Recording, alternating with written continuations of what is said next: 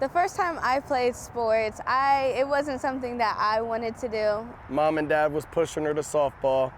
She absolutely hated it. I didn't really want to do it. I didn't put my all into it. And then one day in a game, we were playing in the South End and she hit a home run. In the park, home run. And it was like that set a spark off for her and she fell in love with the game.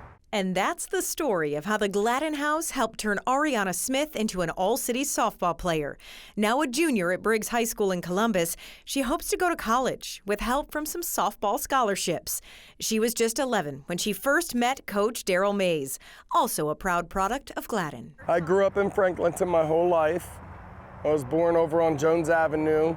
I think it's kind of like North Franklinton maybe is what they'd call it today. I was probably about 5 or 6 playing t-ball at Gladden. And while Daryl continued playing team sports through high school, eventually he turned his attention to coaching. I started volunteering in 2012 coaching basketball.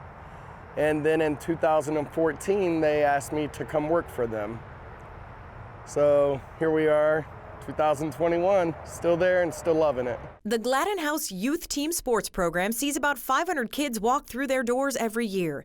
The program that started in the 70s wasn't based on teaching kids how to play basketball or baseball necessarily, but rather life skills like teamwork, conflict management, and confidence. You know, it's important to have confidence. I got a lot of good confidence and reassuring that, you know, if you mess up, you can try again. That's the goal with every child, says team sports director Dan Mormon, who actually coached Daryl 36 years ago. Dan says what brought him to Gladden back then is still relevant today. Well, I saw an awesome community that was struggling, and I felt that I could be a part of that. I could be a part of bringing people out of their struggle and bring them into a family that they could all relate to. And once they belong to the Gladden family, he says, they embrace the good. The other thing is we want to encourage them to become that better person.